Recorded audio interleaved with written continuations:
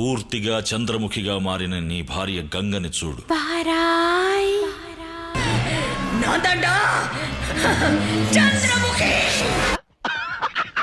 Road మీదకి వెళ్ళేసరికి మా చిన్నతకి కంట్రోల్ అవ్వక మా నడిపతకైతే ఇచ్చేసింది బోనం. రీసెంట్గా ఇన్స్టా పేజ్ ఒకటి క్రియేట్ చేశాను.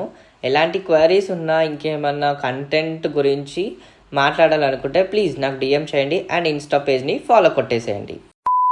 Hi Karimnagar, welcome to new video. ఈ వీడియో వచ్చేసి బోనాల గురించి అనమాట. వీడియో చివరి వరకు చూడండి. ముందుగా ఎవరైతే మన ఛానల్ని సబ్స్క్రైబ్ చేసుకోలేదో ప్లీజ్ డూ సబ్స్క్రైబ్. యాక్చువల్లీ ఇదే ఫస్ట్ టైం అన్నమాట బోనాలు చేయడంలో, అండ్ మా కొత్తింటికి వచ్చాక స్టార్ట్ చేశాము. సో వీడియో చివరి వరకు చూడండి. యాక్చువల్లీ షార్ట్ వీడియో పెట్టాను, కానీ సమ్ రెస్ట్రిక్షన్స్ వల్ల ఆ వీడియో అయితే తీసేయడం అయితే జరిగింది. సో అందుకే ఫుల్ వీడియో అప్లోడ్ చేస్తున్నాను. వీడియో చివరి వరకు చూడండి. అండ్ ముఖ్య గమనిక, ఈ వీడియోలో అయితే నేను కనపడను, జస్ట్ వినపడతాను. అలా అమ్మవారికి మొత్తం చూపించేశాం. అండ్ మా చంద్రముఖి చూడండి.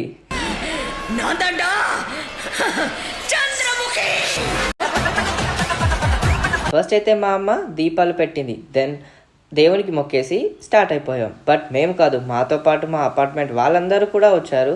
అండ్ మా ఆంటీ వాళ్ళు లేకపోతే అయితే చాలా ఇబ్బంది అయ్యేది మాకు.